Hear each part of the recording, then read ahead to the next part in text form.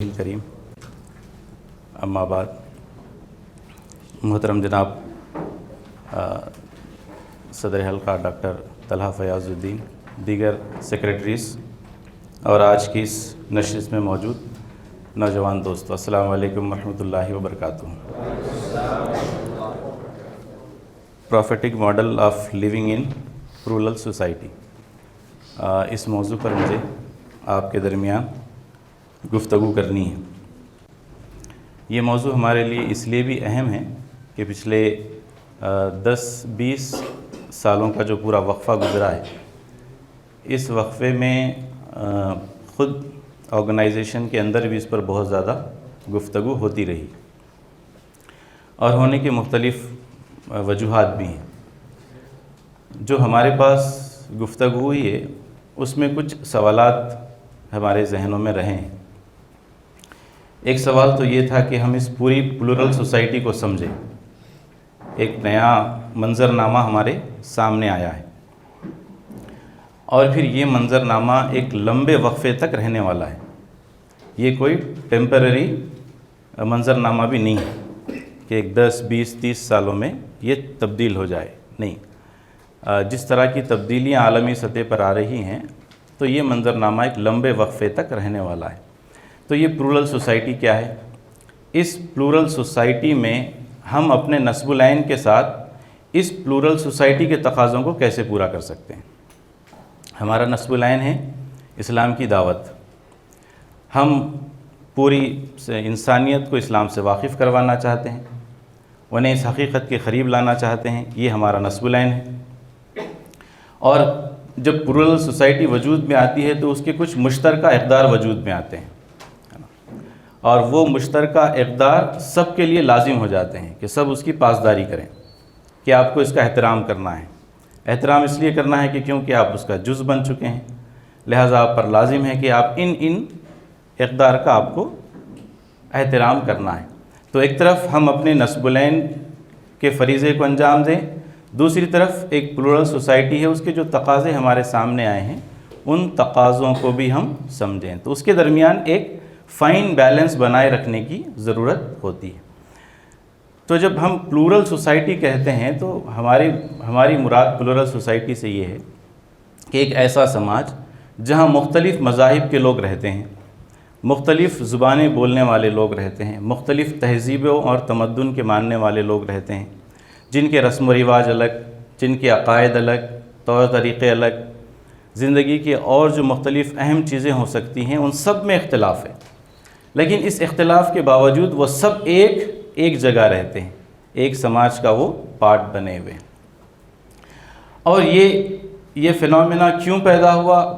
Globalisation کی وجہ سے کہا جا سکتا ہے، ٹیلی کمیونیکیشن کی جو ترقی ہوئی ہے اس کی وجہ سے کہا جا سکتا ہے، ایک معاشی طور پر جو پروگریس ہوا ہے پوری دنیا کا۔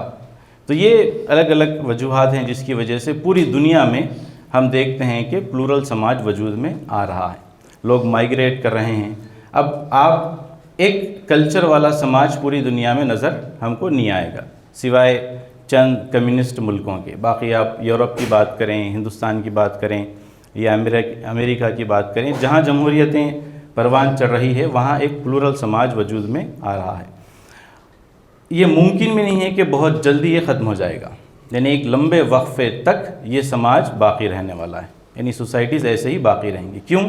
اس کی بڑی وجہ یہ ہے کہ اب جو سرحدوں کی اہمیت تھی وہ ختم ہو گئی۔ گلوبلائزیشن نے جو باؤنڈریز تھے ان باؤنڈریز کی جو امپورٹنس تھی اس کو پوری طرح سے ختم کر دیا ہے۔ تو پوری دنیا ایک طرح سے ایک چھوٹے سے گلوبل ولیج کے اندر تبدیل ہو چکی ہے۔ تو باؤنڈریز کی بہت اہمیت نہیں کہ کوئی گروپ آئسولیٹڈ ہو کے رہ سکتا ہے، ممکن نہیں ہے نا۔ کوئی کہیں دائروں کے اندر قید ہوگا، یہ بھی اس ماڈرن ورلڈ میں ممکن نظر نہیں آتا۔ تو یہ پلورل سماج آج کی ایک حقیقت ہے، آج کی ایک ریالٹی ہے۔ اب اس ریالٹی سے ہم کیسے فیس کریں؟ بحیثیت تنظیم ہو یا بحیثیت امت ہو، ہمارا کیا رسپانس ہونا چاہیے؟ ہمارا اس موقع پر اس کے ساتھ ہمارا کیا رویہ ہونا چاہیے؟ یہ مختلف سوال ہیں جو جس پر پچھلے 20-25 سالوں میں عموماً ہمارے درمیان میں گفتگو ہوتی رہی ہے اور الگ الگ اینگلز پر اس پر گفتگو ہوتی رہی۔ تو یہ پلورل سماج ایک ریالٹی ہے، اس بات کو تو ہم سمجھتے ہیں۔ دوسری چیز یہ ہے کہ اس کے رد عمل میں، یعنی اس کے ریسپانس میں جو اور سماجوں کی بات کی جاتی ہے وہ بھی ہم اس پر بھی ہم نظر ڈالیں تو ایک وکالت تو سیکولر طبقہ کرتا ہے، وہ پلورل سوسائٹی کے مقابلے میں سیکولر سوسائٹی کی وکالت کرتا ہے، اور وہ سیکولر سوسائٹی کی وکالت اس بنیاد پر کرتا ہے، وہ کہتا ہے کہ ایک مرکب کلچر کی ضرورت ہے۔ یہ جس پلورل سوسائٹی کی آپ بات کر رہے ہیں یہ ایک کم وقت تک آپ اس کو سنبھالے رکھ سکتے ہیں، لیکن اس کو آپ زیادہ وقفے تک سنبھالے نہیں رکھ سکتے ہیں۔ اس کے درمیان میں ایک ٹکراؤ کی کیفیت بہت جلد پیدا ہوگی، کیونکہ عقائد الگ ہیں، لوگوں کے طور طریقے الگ ہیں، رسم و رواج الگ ہیں، یہ بیلنس دیر تک باقی نہیں رکھا جا سکتا، اس میں ٹکراؤ پیدا ہوگا، تو یہ پرماننٹ سلیوشن نہیں ہو سکتا۔ پرماننٹ سلیوشن کیا ہے؟ وہ یہ ہے کہ سماج سے مذہب کو ہٹا دیں آپ۔ جب آپ مذہب کو ہٹا دیں گے تو ایک یکساں سول کوڈ ہوگا، یعنی سب کے لیے یکساں اصول بن جائیں گے، تو ایک ایسا کلچر وجود میں آئے گا جس کو آپ کہہ سکتے ہیں کہ مشترکہ کلچر ہے، جس کو سب اون کریں گے، کہیں گے کہ ہاں اس میں بھی میرا ایکول شیئر ہے، یعنی سب کے لیے یکساں قوانین، سب کے لیے یکساں کلچر۔ تو ایک دوسرا ایک مرکب کلچر کی وکالت سیکولر طبقہ کرتا ہے، اور وہ کہتا ہے کہ سماج کے اندر جو بھی قوانین بننے چاہیے وہ عقل کی بنیاد پر بننے چاہیے، وہ مذہب کی یا وحی کی یا اپنے اقدار کی بنیاد پر نہیں بنائے جا سکتے، عقل کی بنیاد پر بنانے چاہیے، تو ایک مشترکہ کلچر بنے گا۔ یہ ایک وکالت سیکولر طبقہ کرتا ہے، یعنی اس پلورل کلچر کے مقابلے میں وہ ایک مرکب کلچر کی وکالت کرتا ہے کہ ایک مرکب کلچر ہونا چاہیے۔ مرکب کلچر ہوگا تو ٹکراؤ نہیں ہوگا، عقل کی بنیاد پر یہاں پر قانون سازی ہوگی، عقل کی بنیاد پر فیصلے ہوں گے۔ ایک دوسرا رد عمل جس کو ہم کچھ یہ کہہ سکتے ہیں کہ اسلامی رد عمل کہہ سکتے ہیں، کہ اسلام کے ماننے والے یا ہمارے درمیان کچھ لوگ اس نقطہ نظر کے حائل ہیں کہ پلورل کلچر کے مقابلے میں وہ ایک اسلامی کلچر کی وکالت کرتے ہیں، اسلامی کلچر کے نام پر وکالت کرتے ہیں۔ تو وہ کہتے ہیں کہ جو سماج کو سامنے رکھ کر قدیم فقہا نے جو اپنی رائے دی تھی بنو عباس کے دور میں، بنو امیہ سے عباس کے جب شفٹنگ ہو رہی تھی اس وقت کے حالات کو سامنے رکھ کر انہوں نے 3 جو ہے اصطلاحیں اس وقت رائج تھی: دارالاسلام، دارالحرب یا دارالکفر اور دارالعہد۔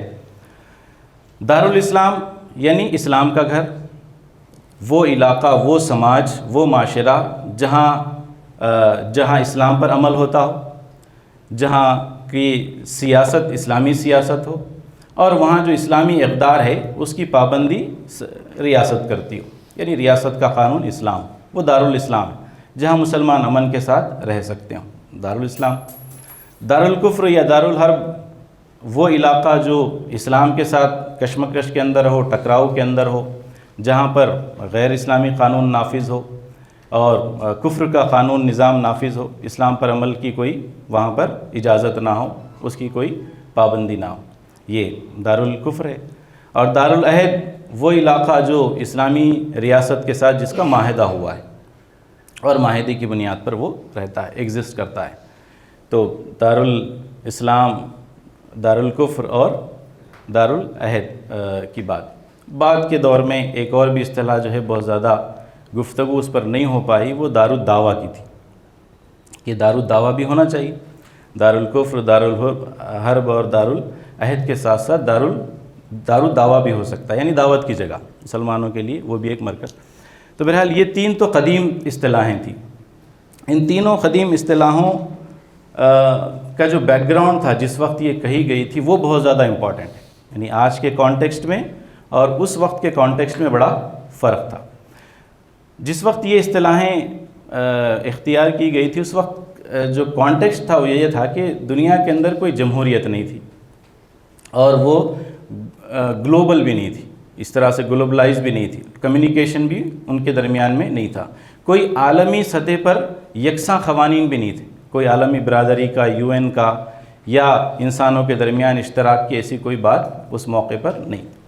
تو اس وقت تو طاقت کا غلبہ تھا، جس کے پاس طاقت ہے اس نے اپنے اصول بنائے ہوئے تھے، اور جو تقسیم تھی وہ اس طرح کی تھی کہ بنو عباس ہیں تو گویا اسلامی حکومت ہے، رومن امپائر ہے تو وہ ایک کیتھولک امپائر ہے، فارسی ہیں تو وہ نجومی حکومت ہے، اور اگر ہندوستان کے اندر راجہ رجواڑے ہیں تو وہ پورے ہندو رسم و رواج کے قائل حکومتیں ہیں۔ تو اس وقت جو حکومتیں تھیں ان حکومتوں کا اپنا ایک مذہب ہوا کرتا تھا، سرکاری طور پر اس کو یہ ریکگنائز ہوتا تھا کہ اگر خلافت ہے تو وہ اسلامی ہے، رومن امپائر ہے تو ان سب کا جو ریاستی مذہب ہے وہ کیتھولک ہے، اور اسی طرح سے جو ہندو مملکتیں ہیں تو ان سب کا مذہب ہندو مذہب ہے۔ تو اس طرح سے اس وقت جو تقسیم تھی وہ مذہب کی بنیاد پر تھی، اور جب مذہب کی بنیاد پر ایک ریاست وجود میں آتی ہے تو وہ اسی مذہب کی وکالت اس مذہب کی وکالت کرنا اس ریاست کی ذمہ داری قرار پاتی ہے۔ تو اس وقت جو تقسیم تھی اس کو سامنے رکھ کر انہوں نے کہا تھا کہ جہاں پر اسلام پر چلنا، عمل کرنا، انفرادی اور اجتماعی معاملات میں اسلام کی پابندی کرنا، وہ علاقہ دارالاسلام ہے، اور جہاں پر اسلام پر عمل کی آزادی نہیں اور جو اسلام کے خلاف برسرے پیکار ہیں وہ دارالکفر ہے، اور جس نے اسلامی حکومت کے ساتھ معاہدہ کر لیا ہے وہ دارالعہد ہے۔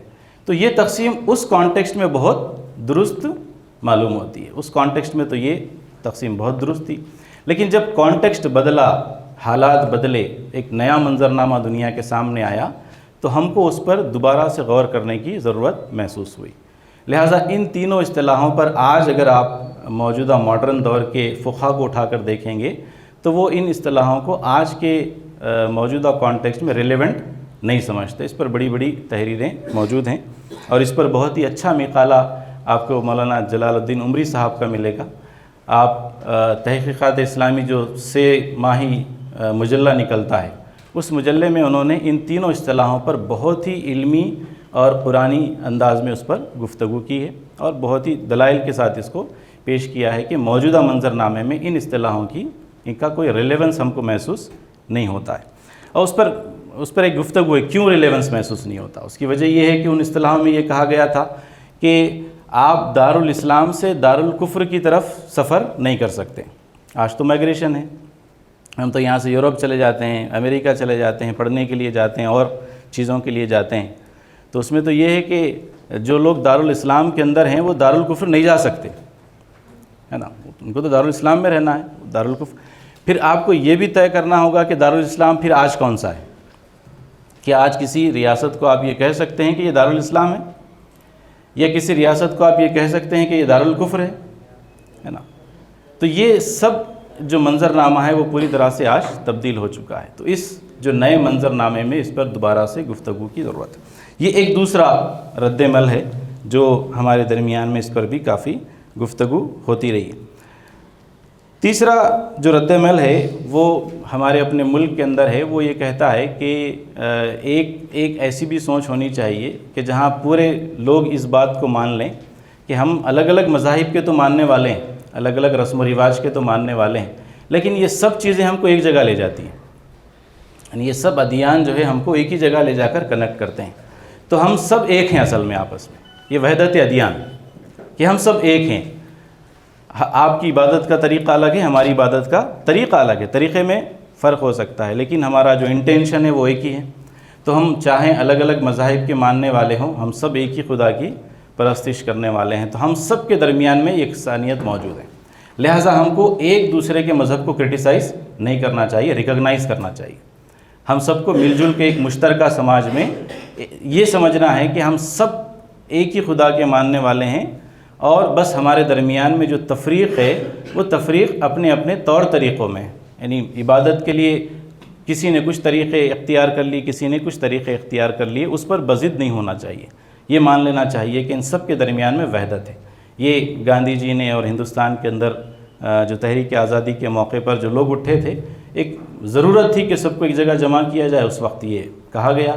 تو گویا وحدت ادیان بھی ایک طرح کی ایک رد عمل ہے۔ وہ کہتا ہے کہ تکثیری سماج کے بجائے ایک ایسا سماج ہو جہاں پر وحدت ادیان ہے، تمام ادیان یہ سمجھ لیں کہ ہم سب آپس میں ایک ہی ہیں، ہمارے درمیان میں کوئی ٹکراؤ کی کیفیت نہیں ہو سکتی۔ یہ 3 رد عمل ہیں جو سماج کے ہمارے سامنے ہم کو ملتے ہیں۔ اب آئیے کہ یہ جو درجہ بندی ہے، یعنی آپ اگر سیکولر نقطہ نظر کو دیکھیں جو مرکب سماج کی وکالت کرتا ہے، وہ عقلی اعتبار سے آج ارریلیونٹ نہیں رہا۔ اگر ہم ان تینوں رد عمل کو دیکھیں پلورل سماج کے مقابلے میں، تو یہ اس کا تجزیہ کرنا ہمارے لیے بہت آسان ہے۔ آج جو مرکب سماج کی وکالت یورپ نے کی تھی، سیکولرزم کی وکالت یورپ نے کی تھی، آج خود یورپ کے اندر اس سیکولرزم کی وکالت کرنا مشکل ہو چکا ہے۔ یعنی وہ عقلی اعتبار سے وہ ایک مرکب سماج بنانے تو نکلے تھے، لیکن وہ ایک مرکب سماج وہاں پر بنا نہیں پائے، تو یہ فارمولہ اپنے آپ فیل ہو چکا۔ تو ایک جو رد عمل تھا وہ پوری طرح سے ناکام ہم کو محسوس ہوتا ہے۔ دوسرا جو رد عمل دارالاسلام، دارالحرب اور دارالکفر کا ہے، بہرحال وہ آج اس لیے ریلیونٹ نہیں رہا کیونکہ کانٹیکسٹ پوری طرح سے تبدیل ہو چکا ہے، تو گویا اس پر بحث کی بات چیت کے لیے اب کوئی زمین باقی نہیں رہی، یعنی پورا منظرنامہ تبدیل ہو چکا ہے۔ جو تیسرا رد عمل ہے وہ آج بھی ہمارے درمیان میں کہا جا سکتا ہے کہ گفتگو کا موضوع ہے، یعنی ہندوستان میں کم سے کم اس پر گفتگو ہو رہی ہے، اور لوگ اس کی وکالت کرنے والوں کی بھی ایک بڑی تعداد یہاں پر موجود ہے۔ جب آپ کوئی دعوتی کام کرنے جاتے ہیں تو جو آرگیومنٹس ہمارے سامنے آتے ہیں، لوگ سنتے ہیں کہ ہاں اسلام میں اگر یہ اچھائیاں ہیں تو یہ ہندو مذہب میں بھی یہ اچھائیاں ہیں، یہ سب سملیرٹیز ہیں، یہ آپ کے درمیان میں بھی ہے، ہمارے درمیان میں بھی۔ ہم ایک دوسرے کا احترام کریں، ایک دوسرے کو کرٹیسائز نہ کریں، یہ نہ کہیں کہ آپ کی اس کے مقابلے میں یہ بہتر ہے، بلکہ کہیں کہ یہ بھی ہے، یہ بھی ہے، یہ بھی، جو جسے اختیار کرنا چاہتا ہے اس کو اختیار کر لے۔ تو یہ وحدت ادیان پر گفتگو بہرحال آج ہمارے اپنے اس ملک کے اندر ہو رہی ہے، یہ ایک موضوع گفتگو بہرحال بنا ہوا ہے۔ تو یہ تیسرا موضوع تو بہرحال ابھی بھی ہمارے درمیان میں بنا ہوا ہے۔ اچھا، اس پر اگر ہم دیکھیں کہ اگر آپ پلورل سوسائٹی کے مقابلے میں کیا کیا جا سکتا ہے، کیا آپشنز ہو سکتے ہیں؟ جی، ابھی آپ نے سیکنڈ ٹائم بتایا کہ اس کے اندر بالکل ہم ڈفرینشیٹ کر سکتے تھے، مطلب دارالاسلام، دارالکفر، جی، دارالحرب۔ تو ہمارے پاس ابھی بھی موجود ہے نا کہ کچھ اس ٹائپ کے علاقے یا ملک بولیے جو بالکل مذہب کے بنیاد پر جو بنتے ہیں، ابھی بھی موجود ہے، حالانکہ انڈیا کا کانٹیکسٹ نہیں ہے لیکن موجود ہے نا، جیسے عرب کنٹریز ہو گئے، اور ابھی افغانستان ہو گیا، یا اسرائیل جو ہے بہت زیادہ اورینٹڈ ہے اس مذہب۔ جی، صرف اسرائیل، اس کو چھوڑ کر آپ ایک دوسری مثال؟ جی ہاں، دیکھیے دارالاسلام جو کہا جاتا ہے اس کی تشریح میں یہ بات کہی گئی کہ وہ اقدار جس کی اسلام وکالت کرتا ہے وہ اقدار اس نظام میں ہونے چاہیے، جان کا تحفظ، آزادی اظہار رائے کا تحفظ، سب مل کر اپنے خلیفہ کو انتخاب کرنے کا تو اگر آپ ان اصولوں کی بات کریں، اسلام کیا ہے اصل میں؟ ان اصولوں کا نام اقدار کا نام ہے۔ وہ اقدار وہاں ہے یا نہیں ہے؟ اگر وہ امریکہ میں ہے اور افغانستان میں نہیں ہے تو ہمارے لیے مسئلہ ہوگا۔ جب ہم اسلام کہیں گے اس کے بعد ہم کیا کہیں گے؟ ہم کہیں گے کہ اسلام نے آپ کو آزادی دی ہے، عقیدے کے مطابق اپنی زندگی گزاریں، لا اکراہ فی الدین، دین میں کوئی زبردستی نہیں ہے، ہم کہیں گے کہ آپ اس جہاں رہنا چاہیں اپنے عقیدے کے مطابق زندگی گزار سکتے ہیں، ہر فرد کو تنقید کرنے کی آزادی ہے، اس کا جان کا تحفظ ہونا چاہیے چاہے وہ اقلیتی ہی کیوں نہ ہو۔ تو یہ پوری آزادیاں جو اسلام دیتا ہے، اس کے بعد وہ ہو تو وہ دارالاسلام ہے نا۔ تو اصل چیز ہے کہ وہ اس پورے کے پورے فلاپے، اس پورے کارٹون کے اوپر لیبل کیا لگا ہوا وہ امپورٹنٹ نہیں، اس کے اندر کیا ہے امپورٹنٹ ہے۔ تو اگر وہ ہیں تو آپ کہیں اس کو دارالاسلام ہے۔ تو ایسا تو کوئی آج نہیں ہے نا کہ جہاں پر یہ پوری آزادیاں جس کی وکالت اسلام کرتا ہے وہ ہوں تو ٹھیک ہے، لیکن ایسی کوئی چیزیں وہاں پر۔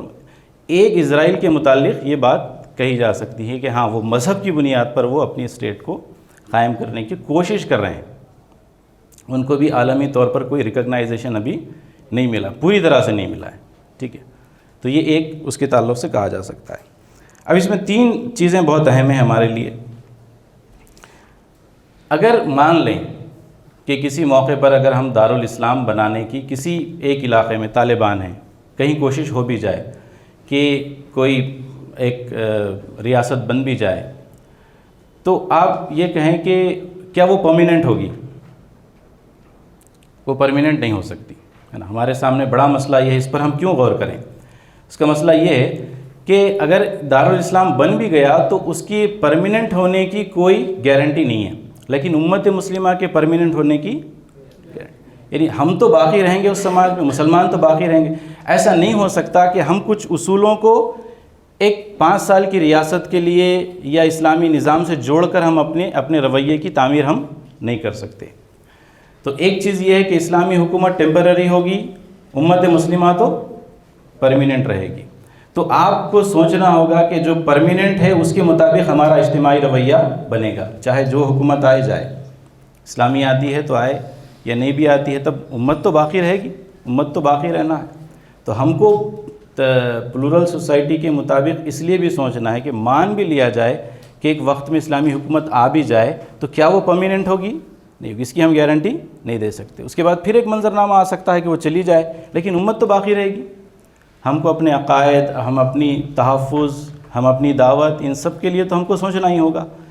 تو ہم جو سوچیں گے وہ پرمیننٹ کے لیے سوچیں گے، کہ ہمارا جو رویہ ہوگا وہ پرمیننٹ کے لیے ہوگا، کہ امت تو باقی رہنی ہے. تو ہمارا رویہ اجتماعی بنیادوں پر بحیثیت امت ہم کو باقی رہنا ہے، اس سماج کے اندر رہنا ہے، تو ہمیں اپنے طرز عمل پر غور کرنا ہوگا، ہمیں اپنا ایک طرز عمل بنانا ہوگا. دوسری چیز یہ ہے کہ ایک مستقل فنامنا ہم کو اس بات کو محسوس کرنا ہے کہ ہم کو ایک ایسے سماج میں رہنا ہے جہاں ہمارے ہمسائے ہمیشہ غیر مسلم ہوں گے. اب یہ بھی ایک پرمیننٹ فنامنا بن چکا ہے، یعنی ایسا نہیں ہوگا کہ آپ کسی اب ایسے سماج میں چلے جائیں گے کہ جہاں صرف آپ ہوں گے، آپ کے علاوہ کوئی نہ ہوگا. اب یہ بھی ایک کوئی عارضی نہیں ہوگا، یہ بھی موجودہ حالات کو دیکھتے ویسا ہے کہ یہ بھی ایک پرمیننٹ ہی ہونے والا ہے کہ آپ کو ہمیشہ ایک ایسے منظرنامے میں رہنا ہے جہاں آپ کا ہمسایہ ایک غیر مسلم ہوگا. آپ کے تجارتی تعلقات ایک غیر مسلم سے ہو سکتے ہیں. آپ اسکول میں پڑھ رہے ہیں تو پڑھا رہے ہیں تو بچے غیر مسلم ہو سکتے ہیں، یا ایک غیر مسلم اسکول ہو سکتا ہے وہاں ہمارے بچے پڑھ سکتے ہیں. تو ہمارے معاشی تعلقات، سماجی تعلقات، ہمارے سیاسی جدوجہد ہے، ان سب میں ایک اشتراک کی کیفیت آئے گی، یعنی ایک ایسی کیفیت کہ جہاں ہمارا روزانہ کا سابقہ ان لوگوں سے پڑھنے والا ہے. یہ پرمیننٹ ہے، یہ فنامنا پرمیننٹ ہونے والا ہے کہ اسی کے ساتھ ساتھ ہم کو چلنا ہے. تب بھی ہم کو ہماری اسٹریٹجی کو یا ہمارے طرز عمل کو بتانا کہ اس سماج میں ہمارا طرز عمل کیا ہو سکتا ہے، کیونکہ یہ پرمیننٹ چیزیں بننے والی ہیں. تو ان پرمیننٹ چیزوں میں ہمارا رد عمل کیا. تیسری چیز یہ ہے کہ کوئی ایسا سلیوشن نہیں ہو سکتا کہ مسلمان آئسولیٹ ہو جائیں، کہیں ایک جگہ چلے جائیں. اس کا بڑا نقصان یہ ہے کہ اگر آپ آئسولیٹ ہوتے ہیں تو آپ اپنے نصب العین کا کام نہیں کر سکتے. نصب العین تو یہ ہے کہ انسانوں کو اللہ کی طرف دعوت دی جائے. یہ نصب العین آپ کو پش کرتا ہے کہ آپ انسانوں کے درمیان جائیں، غیر مسلموں سے آپ کے تعلقات استوار ہوں، ان کے ساتھ دوستی ہو، ان کے ساتھ روابط ہوں، ان کے ساتھ تعلق. یہ نصب العین کا تقاضا ہے کہ آپ ان کے قریب جائیں. تو ہم کوئی آئسولیٹڈ ہو کر بھی یہ کام نہیں کر سکتے. تو جو لوگ یہ سلیوشن دیتے ہیں کہ ملک میں کہیں پر ایسا نظام بن جانا چاہیے، سب جمع ہو کے یہاں اسلامی ریاست بن جائے، سب لوگ جمع ہو جائے وہاں اسلامی ریاست بن جائیں، یہ ایک آئسولیشن ہے.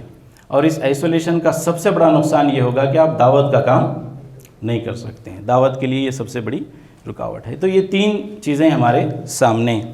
ایک یہ کہ اسلامی ریاست کوئی سلیوشن نہیں ہو سکتا، وہ آ سکتی ہے اور جا سکتی ہے، لیکن امت مسلمہ ہمیشہ باقی رہنے والی ہیں. تو جب امت باقی ہوگی تو آپ کا طرز عمل امت کو سامنے رکھ کر اس پر ہونا چاہیے. تو یہ ہمارے لیے ضروری ہوگا کہ پلورل سوسائٹی کے اندر جو یہ تینوں ہمارے سامنے اس کے رد عمل ہیں، وہ رد عمل بھی ہمارے سامنے ہیں. اس پر اسلامی رد عمل کیا ہو سکتا ہے، یعنی بحیثیت اسلامی نمائندے ہم اس پلورل سوسائٹی میں ہمارا کیا نقطہ نظر ہو، ہمارا کیا طرز عمل ہو. تو اس پر 2-3 باتیں کہی جا سکتی ہیں. ایک بات تو یہ ہے کہ جب آپ ایک پلورل سوسائٹی میں رہتے ہیں تو ایک طرف ہم اپنے نصب العین کا کام کرنا چاہتے ہیں، دوسری طرف اس کے مشترکہ سماج کے تقاضوں کو بھی ہم پورا کرنا چاہتے ہیں، تبھی ہم اس کے اندر ریلیونٹ رہیں گے.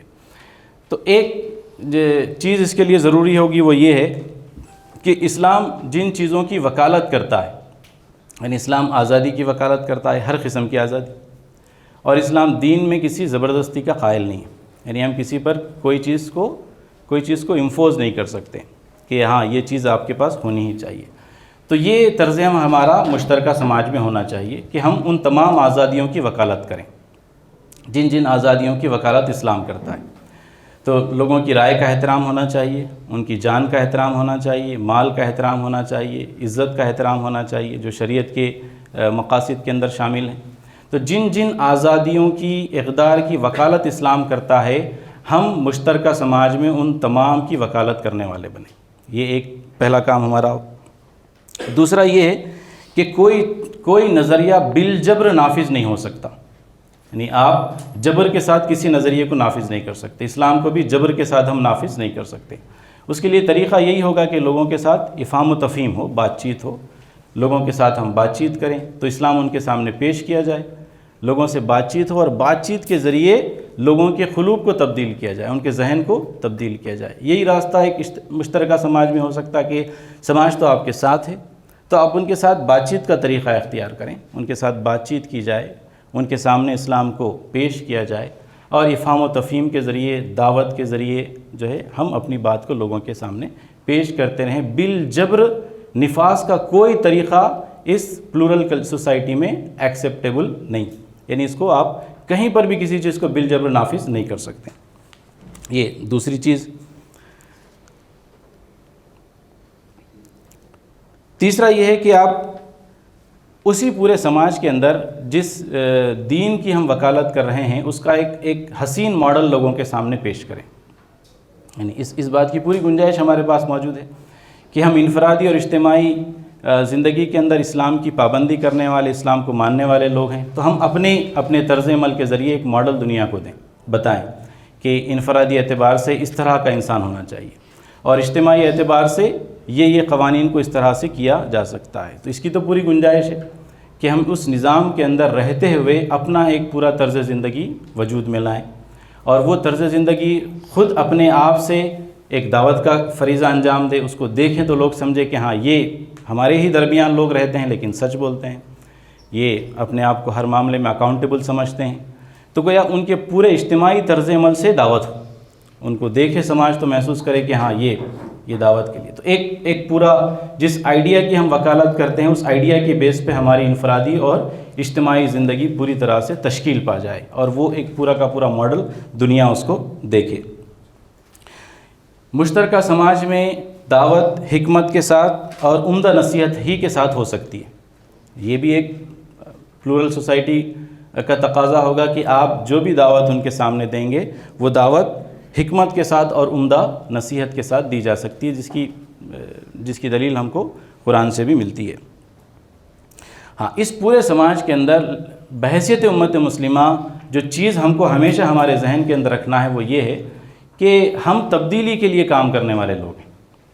ہم تو چاہتے ہیں کہ پورا معاشرہ تبدیل ہو، پوری انسانیت تبدیل ہو، تو یہ موٹیویشن تو ہمارے ذہن کے اندر ہونا چاہیے ہمیشہ کہ ہم کو اس پورے کے پورے معاشرے کو تبدیل کرنا ہے، یعنی ہم تبدیلی کے لیے کام کرنے والے لوگ ہیں۔ ہم کسی بھی موقع پر کوئی مصالحت اختیار نہیں کر سکتے، اسلام کے معاملے میں ہم کوئی مصالحت اختیار نہیں کر سکتے، لیکن ہم تبدیل پسند لوگ ہیں، لہٰذا ہم تبدیلی کی وکالت کرتے رہیں گے، تبدیلی کی لوگوں کے درمیان میں بات کرتے رہیں گے، اسلام کی طرف ان کو بلائیں گے، ان کی پوری کی پوری اجتماعی زندگی کی تشکیل اسلام کے مطابق کریں گے، تو ہم تبدیل پسند لوگ رہیں گے۔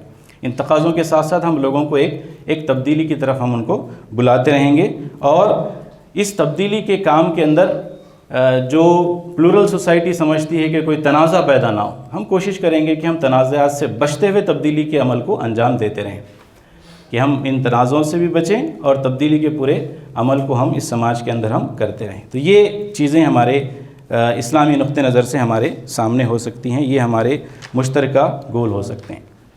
ماضی میں ایسی بہت ساری پلورل سوسائٹیز کی مثالیں ہم کو ملتی ہیں۔ ایک بڑی مثال ہم کو مدنی دور کی ہم لے سکتے ہیں۔ اللہ کے نبی کے دور میں بھی مدینہ کے اندر جو سوسائٹی تھی وہ ایک طرح سے پلورل سوسائٹی تھی، وہاں پر یہود تھے وہاں پر، اور مختلف اور قبائل کے ماننے والے لوگ تھے، حبشی بھی وہاں پر تھے، نجومی بھی وہاں پر تھے۔ ان سب کے ساتھ اللہ کے نبی نے جب میثاق مدینہ کیا تو ان سب کے ساتھ آپ نے جو گولز وہاں پر بنائے تھے اس میں یہ مشترکہ چیزیں طے کی گئی تھی کہ یہ پوری کی پوری جو ریاست ہے یہ ہم سب کی ریاست ہے، اس کی حفاظت ہم سب کی ذمہ داری ہے۔ تو ایک پلورل سوسائٹی وہاں پر وجود میں آئی تھی. بنو عباس کے دور میں اور بنو امیہ کے دور میں بھی جہاں جہاں اسلامی خلافت قائم ہوتی گئی تھی وہاں بڑی تعداد میں عیسائی موجود تھے. تو گیا ان کو بھی ان سب آزادیاں ان کو دی گئی تھی. اپنے مذہب کے مطابق زندگی گزار سکتے ہیں, اپنے فیصلے اپنی کتاب کے مطابق کر سکتے ہیں. عقائد کے معاملے میں, اقدار کے معاملے میں, ان سب معاملوں میں ان سب کو آزادیاں دی گئی تھیں. ایسے مختلف معاشرے اس وقت بھی موجود تھے, اور اس وقت جو اسلام کا رویہ تھا وہ ایسا ہی تھا. اسلام نے کوئی چیز ان پر بالجبر نافذ نہیں کی تھی, یعنی ان پر کوئی جبر کے ساتھ اسلام کو نافذ نہیں کیا گیا تھا. ان تمام آزادیوں سے وہ استفادہ کر رہے تھے, بلکہ وہ اسلامی مملکتوں کے اندر زیادہ محفوظ تھے. ان کے اقدار کی زیادہ نگرانی ہو رہی تھی, اور ان کو یہ تمام آزادیوں سے استفادہ کرنے کا موقع ان کو اسلام نے دیا تھا. اور یہ پورا کا پورا اب اگر ماضی کی ہم اور ریاستیں ہو سکتی ہیں, اس کو پڑھا جا سکتا ہے, اس کو سمجھا جا سکتا ہے. بہرحال وہ موضوع نہیں کہ اس پر مستقل گفتگو کی جائے. اب ان حالات میں جب ہم ایک پلورل سوسائٹی کو اپنے سامنے دیکھتے ہیں تو ہمارے لیے سب سے بڑا چیلنج کیا ہے؟ ہمارے سامنے جو سب سے بڑا چیلنج ہے وہ یہ ہے کہ ہم اس پلورل سوسائٹی میں آئسولیٹ ہوئے بغیر اسلام کے نمائندے بنے رہنا چاہتے ہیں. ہم یہاں پر آئسولیٹ بھی نہیں ہونا چاہتے. اور آئسولیٹ ہونا کیا ہے؟ آئسولیٹ ہونا یہ ہے کہ جو ڈیبیٹ اسلام کے تعلق سے چلتی ہے کہ اسلام کسی کو اکاموڈیٹ نہیں کرتا, اسلام کسی کو بھی اکاموڈیٹ نہیں کرتا. لہٰذا جب آپ اکاموڈیٹ ہی نہیں ہو سکتے ہیں تو آپ کسی کے ساتھ دعوت کا کام انجام نہیں دے سکتے ہیں. تو یہ ایک بڑی رکاوٹ ہمارے لیے کہ آپ کسی اور کو اکاموڈیٹ ہی نہیں کر سکتے ہیں, اور ہم یہ دلیل دینے کی کوشش کر رہے ہیں کہ نہیں اسلام اکاموڈیٹیو ہے. جب آپ یہ کہتے ہیں تو پھر وہ پوری گفتگو جو ماضی کی ہے وہ پوری کی پوری ہمارے سامنے چھیڑ دی جاتی ہے. تو ہمارے سامنے موجودہ حالات میں بڑا چیلنج یہ ہے کہ ہم آئسولیٹ نہیں ہونا چاہتے, ہم اسلام کے نمائندے بنے رہنا چاہتے ہیں, اسلام کی نمائندگی کا فریضہ بھی ہم انجام دینا چاہتے ہیں. یہ توازن کے ساتھ ہم کو اس سماج کے سامنے اسلام کو پیش کرنا ہے, اسلام کو ریپرزینٹ کرنا ہے. ہم اپنے ایٹیٹیوڈ سے آئسولیٹ نہ ہوں اور ہم اپنی کوششوں سے ہمیشہ ریلیونٹ بنے رہیں. یہ فائن بیلنس کو ہم کو اس تکثیری سماج میں بنائے رکھنے کی کوشش کرنی ہے. ہم اسلام کو پیش کریں, یعنی اسلام کی وکالت کریں دیگر جو مذاہب ہے اس کے احترام کے ساتھ.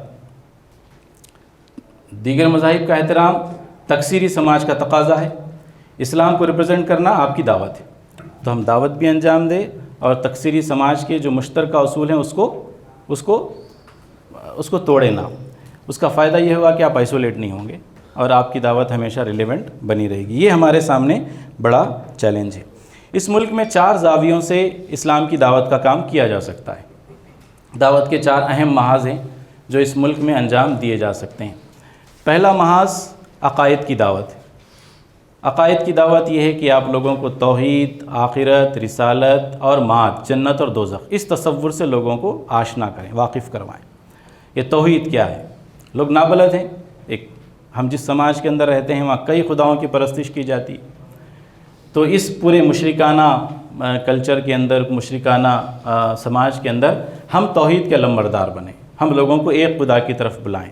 تو ایک خدا کی دعوت یہ ہمارے عقائد کی دعوت ہوگی. ہم لوگوں کو توحید کی طرف بلائیں. عقائد میں توحید بھی ہے, آخرت بھی ہے, رسالت بھی ہے اور جنت اور دوزخ کا تصور بھی ہے.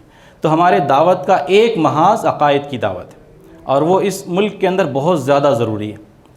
بہت زیادہ اس لیے ضروری ہے کیونکہ یہاں جس سماج کے اندر ہم رہتے ہیں وہ ایک مشرکانہ رسم و رواج کا قائل سماج ہے. تو اس کے سامنے عقائد کو بڑے زور و شور کے ساتھ پیش کرنا یہ ہماری دعوت کا ایک بڑا تقاضا ہے. تو ایک محاذ ہماری دعوت کا وہ عقائد کی دعوت ہوگی. دوسرا محاذ اقدار کی دعوت. اسلام جن اقدار کی وکالت کرتا ہے ان اقدار کی بات ہم سماج کے درمیان میں کریں. اسلام چاہتا ہے انصاف پر مبنی معاشرہ ہو, اسلام چاہتا ہے مساوات پر مبنی معاشرہ ہو, اسلام چاہتا ہے لوگوں کے درمیان میں ہمدردی ہو, اسلام چاہتا ہے لوگ ایک دوسرے پر ظلم نہ کریں, ایک دوسرے کے ساتھ بھائی چارے کے ساتھ رہیں. تو اسلام جن اقدار کی وکالت کرتا ہے ان اقدار کو قائم کرنے کی ہم اس معاشرے کے اندر کوشش کریں. تو ہم انصاف کے علمبردار بنیں, ہم مساوات کے لیے کام کریں, ہم اس معاشرے کے اندر ہمدردی اور بھائی چارے کے کلچر کو پروان چڑھانے کے لیے ہماری کوششیں ہو سکتی ہیں. تو ہماری دعوت کا دوسرا محاذ اقدار پر مبنی معاشرے کی تشکیل, یعنی ایک ایسا معاشرہ جہاں پر یہ تمام ویلیوز اور اقدار کو ریکگنائزیشن ملے. تو ایک دوسرا محاذ ہمارا اقدار پر مبنی سماج کی تشکیل کا محاذ ہے. تیسرا محاذ جس مشترکہ معاشرے میں ہم رہتے ہیں، ظاہر سی بات ہے کہ وہاں بہت سارے مسائل ہوں گے، وہاں غربت بھی ہے، وہاں بے روزگاری بھی ہے، اور اس طرح کے بہت سارے مسائل. یہ اسلامی نمائندوں کی ذمہ داری ہے کہ وہ ان مسائل کا حل انسانیت کے سامنے رکھیں کہ ان مسائل کا کیا حل ہو سکتا ہے. اور اس معاملے میں اسلام نے بڑی رہنمائی ہماری کی. تو ہم ان تمام مسائل کو حل کریں، چاہے وہ انویرانمنٹ کو لے کر مسائل ہوں، صحت کو لے کر مسائل ہوں، یا جو عالم آپ کے اجتماعی سطح پر ہمارے سامنے غربت کے، کرپشن کے جتنے مسائل ہو سکتے ہیں، عورتوں پر ظلم کے وہ جتنے مسائل ہیں، ان مسائل میں ہمارا ایک بڑا رول ہو سکتا ہے. تو تیسرا ہماری دعوت کا محاذ ان مسائل سے انسانوں کو آزادی دلانا، ان مسائل سے لوگوں کو بچانا، ان مسائل کا سلیوشن لوگوں کے سامنے رکھنا، آپ کے معاشرے کے سامنے رکھنا، یہ تیسرا محاذ ہے. تو عقائد پر مبنی دعوت، اقدار پر مبنی دعوت، اور مسائل کے حل کے لیے دعوت. اور چوتھا محاذ خود امت مسلمہ کی اصلاح کا کام.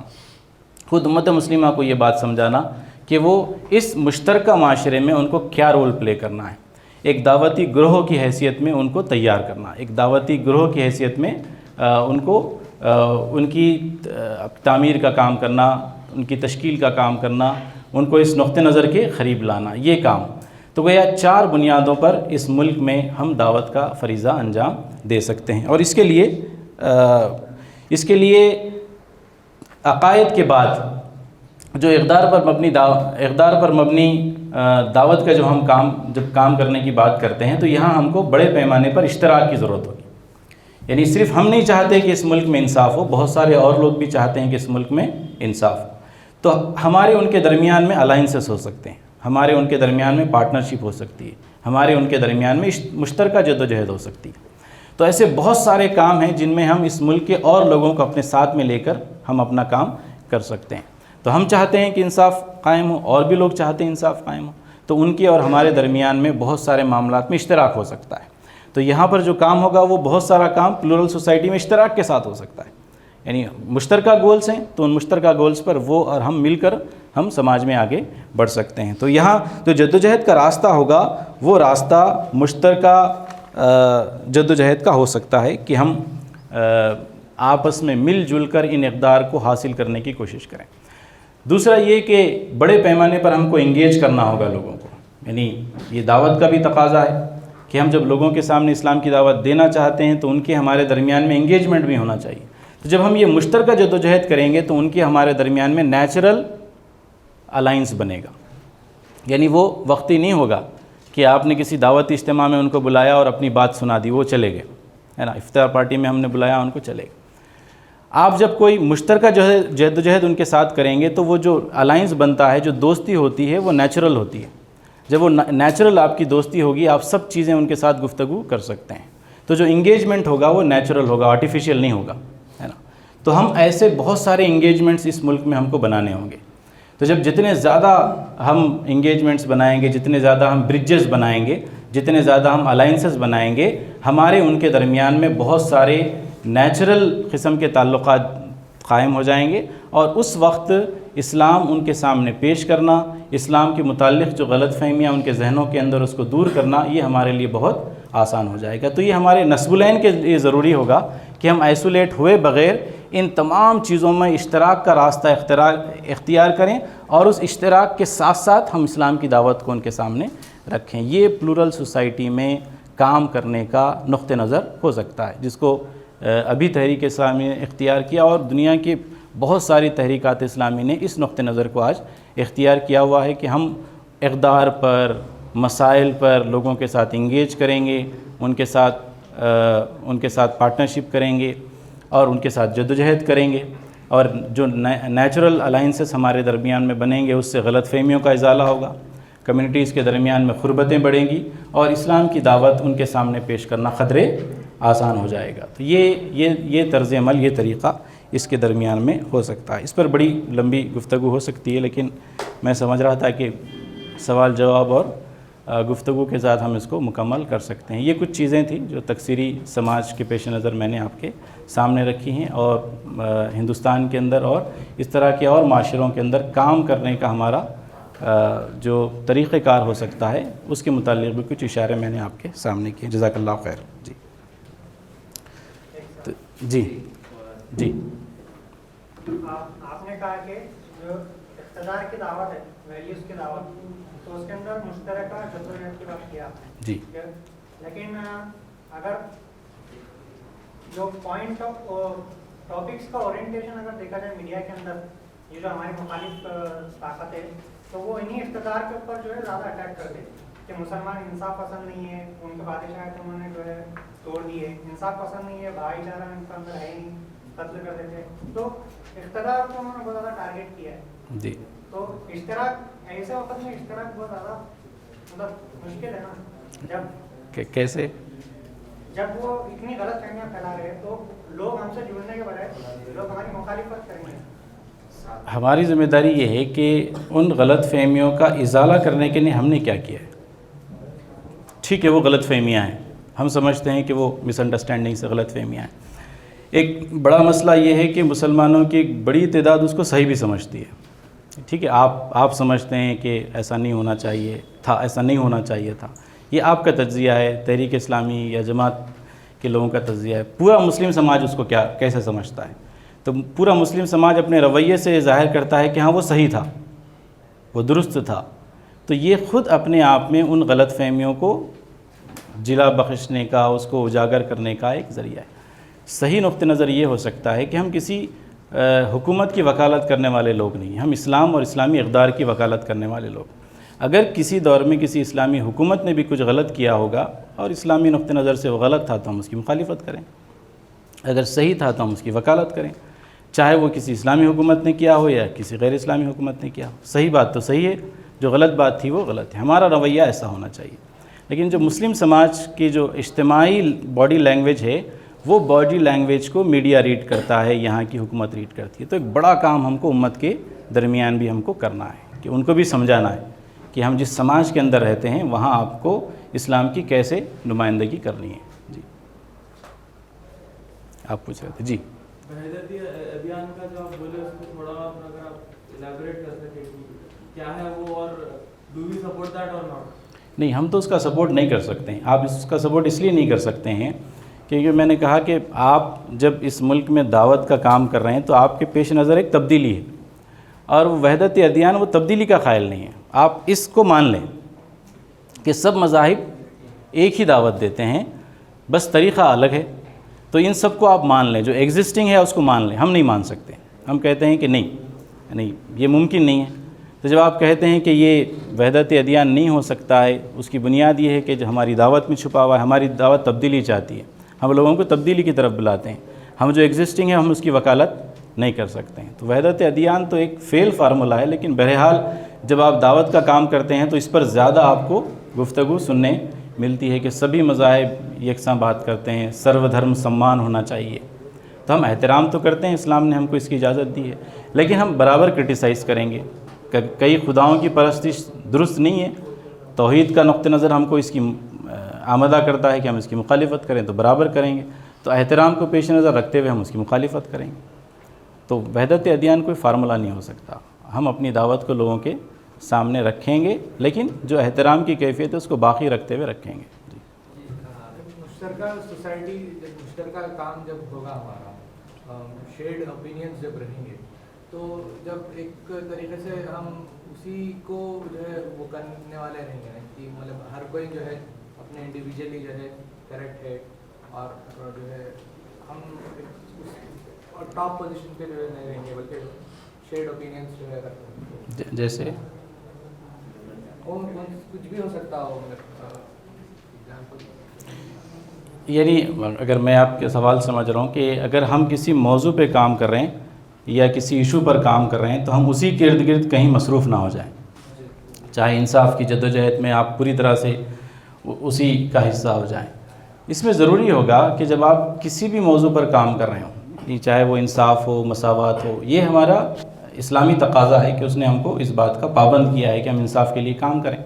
تو ہم کام کر رہے ہیں, جو لوگ ہمارے ساتھ آئے ہیں وہ ہمارے ساتھ میں آئیں گے, ہم کسی لاجیکل کنکلوژن تک پہنچنے کی کوشش مشترکہ کرتے رہیں گے, لیکن ساتھ ہی ساتھ ہم اس موضوع کے ساتھ ساتھ جو اسلام کی کلی دعوت ہے وہ بھی ان کے سامنے رکھیں گے, جو مکمل دعوت ہے وہ ان کے سامنے رکھیں گے.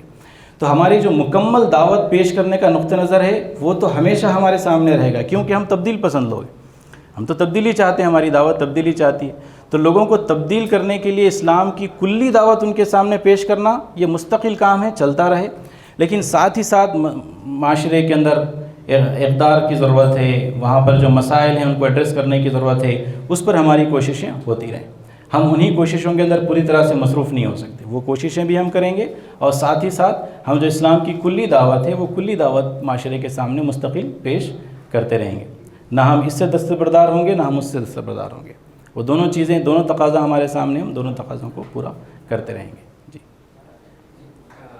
سوال یہ تھا کہ جو ہے 80% لوگ گیٹوز میں رہتے ہیں, مطلب مسلمانوں کے لیے بولتے ہیں بات, لیکن ہر کمیونٹی اپنے اپنے گیٹوز کے اندر رہتی, وہ پلورل سوسائٹی جس کے بارے میں آپ بول رہے تھے, لیکن گیٹوز کے اندر رہنا ایک کمیونٹی کی عادت رہتی ہے. ٹھیک ہے, تو کیوں رہتی بولتے اس کے الگ الگ وجوہات ہے, سیکیورٹی رہتی ہے, آزادی رہتی ہے, جی. تو نبی کریم صلی اللہ علیہ وسلم کا جو ایگزامپل دیا وہاں پر بھی قبیلے رہتے تھے ساتھ میں. اس سے ایک یہودی علاقے میں ایک عورت گئی, اس کا مطلب ہے یہودی کا علاقہ ہے. تو پلورل سوسائٹی کا جو معنی آپ بتا رہے ہیں وہ کمیونٹی بیسڈ دعوت ہے, انگیجمنٹ ہے, یا پھر ڈیموگرافک ڈیگیٹائزیشن, مطلب جانا ان کے علاقوں کے اندر, یا پھر کچھ لوگ ہمارے جو ہے گیٹوز سے نکلے باہر, یا پھر اس طرح سے کچھ ہے, یا پھر کمیونٹی بیسڈ دعویٰ ہو, کمیونٹی بیسڈ دعویٰ. یہ ایگزامپل جو ہے استثنائی ہو سکتا ہے, آپ 1 2 3 ایسی مثالیں دے سکتے ہیں, لیکن پوری دنیا کو آپ اس مثال سے جنرلائز نہیں کر سکتے ہیں. ٹھیک ہے, آج گھٹوز ہوں گے, کل نہیں ہوں گے, یہ پرماننٹ نہیں ہوگا, یہ ٹیمپرری ہے کہ لوگ سیکیورٹی کے لیے اپنے کمیونٹی کے اندر قید ہیں یا ہوں گے. جس طرح کا مائگریشن ہو رہا ہے, جس طرح کی تبدیلیاں گلوبلائزیشن کے ذریعے ہو رہی ہیں, آپ کسی اربن پاکٹ میں چلے جائیں گے, اس کا تصور نہیں کر سکتے. کوئی گھیٹوز بھی ہوگا تو کام کرنے والے دوسری کمیونٹی کے ہوں گے, یا یہاں کام کرنے والے رہیں گے یہاں, لیکن جائیں گے کسی اور کمیونٹی میں کام کرنے کے لیے, کسی اور سوسائٹی میں. یعنی وہ قید کی شکل نہیں ہوگی کہ ان کی پوری ضرورتیں وہیں پوری ہوتی ہیں, وہ کہیں کسی سے کنیکٹ ہی نہیں ہیں, ایسا نہیں ہوگا. 1 2 ایسی مثالیں ہو بھی جائیں تو انکلوسیو سوسائٹی نہیں ہو سکتی. حکومت چاہتی ہے, سب چاہتے ہیں کہ ایک انکلوسیونیس سوسائٹیز کے اندر ہونا چاہیے, تو اس کی کوششیں تیزی سے ہو رہی ہیں. تو کوئی ایسا منظرنامہ نہیں ہو سکتا کہ ایسے گھٹوز کے اندر پوری سوسائٹی ڈیوائیڈ ہو جائے گی, نہیں ہوگا ایسا. اگر کہیں گھٹوز بھی ہیں تو آج ہیں, 10 20 سال کے بعد وہ نہیں ہوں گے, ہے نا. لوگ آپس میں ایک دوسرے کو کنیکٹ کریں گے, کیونکہ ان کے جو معاشی تقاضے ہیں اس کے بغیر پورے نہیں ہو سکتے, وہ حکومت کے ہوں یا فرد کے ہوں. معاشی تقاضے پورے کرنے کے لیے ایک دوسرے سے اس کا کمیونیکیٹ ہونا بہت ضروری ہے. تو جب ہم پلورل سوسائٹی کہتے ہیں تو 1 2 جنرلائزیشن, 1 2 مثالیں جنرلائز نہیں کر سکتے. آپ اگر بڑے پیمانے پر دیکھیں پورے ہندوستان کو تو پورا مشترکہ سماج ہے. ایسے گھٹوز آپ کو سورت میں نظر آئیں گے, گجرات میں نظر آئیں گے. حکومت کی بہت کوششوں کے بعد وہ ہوا ہے, لیکن پورے ملک کی جو جملہ آبادی ہے وہاں نظر نہیں آئیں گے.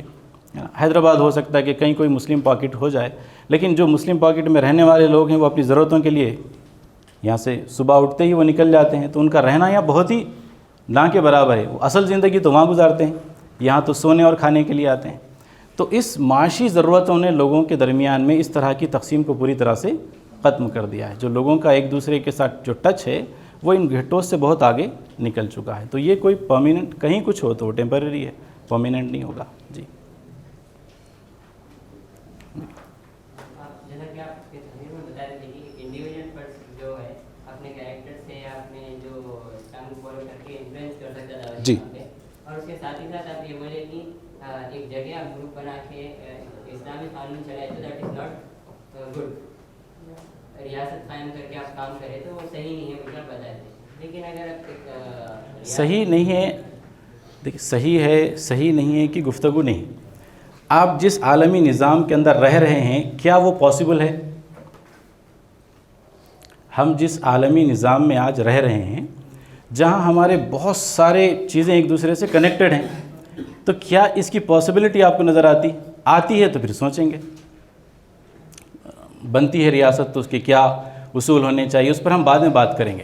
پہلے اس پاسبلٹی پر آئیے کہ کیا اس پوری دنیا میں اس طرح کے اقدام کی گنجائش آج ہے؟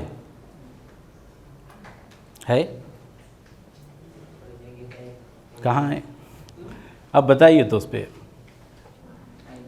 یعنی اس کا مطلب یہ ہے کہ کیا ہم اقامت دین کی وہ اصطلاح کو مکمل ہی خارج کر دیں گے کہ پاسبل ہی نہیں ہے، ہم یہ چھوٹا سا انیشیٹو لیں گے، یا پھر بڑے پس منظر کے اندر اس کو رکھیں گے اور یہاں سے سٹارٹ کریں گے؟ نہیں، اقامت دین کی اصطلاح میں ہم نے کیا کہا؟ ہم نے 6 باتیں اس کے اندر کہی ہیں. اس میں کہیں بھی یہ لکھا ہوا ہے کہ آپ اسلامی ریاست بنائیں گے؟ ہم نے کہا کہ جب اقامت دین کا آپ کام کریں گے، دعوت دیں گے، لوگوں سے بات چیت کریں گے، ایک موقع ایسا آئے گا کہ ایک بڑا سماج آپ کی دعوت سے اتفاق کرے گا. تو اتفاق کرنے کے نتیجے میں آپ پر یہ ذمہ داری عائد ہوتی ہے کہ جہاں آپ نے ان کی انفرادی تربیت کا کام کر دیا ہے، اجتماعی معاشرے کی تشکیل کا کام کر دیا ہے، اب ایک بڑی اکثریت اس بات کے لیے تیار ہو کہ آپ کے سامنے آ چکی ہیں، تو اس وقت آپ ان سے کہیں کہ آپ کے جو اجتماعی مسائل ہیں وہ اسلامی نقطہ نظر سے حل ہونے چاہیے. تو آپ کی جو ریاست ہے وہ بھی اسلامی ہونی چاہیے، اس کے قوانین ایسے ہونے چاہیے. تو جب اس مرحلے تک ہم پہنچے تو ضرور ہم اس کو نافذ کر دیں گے، کوئی مسئلہ نہیں ہوگا.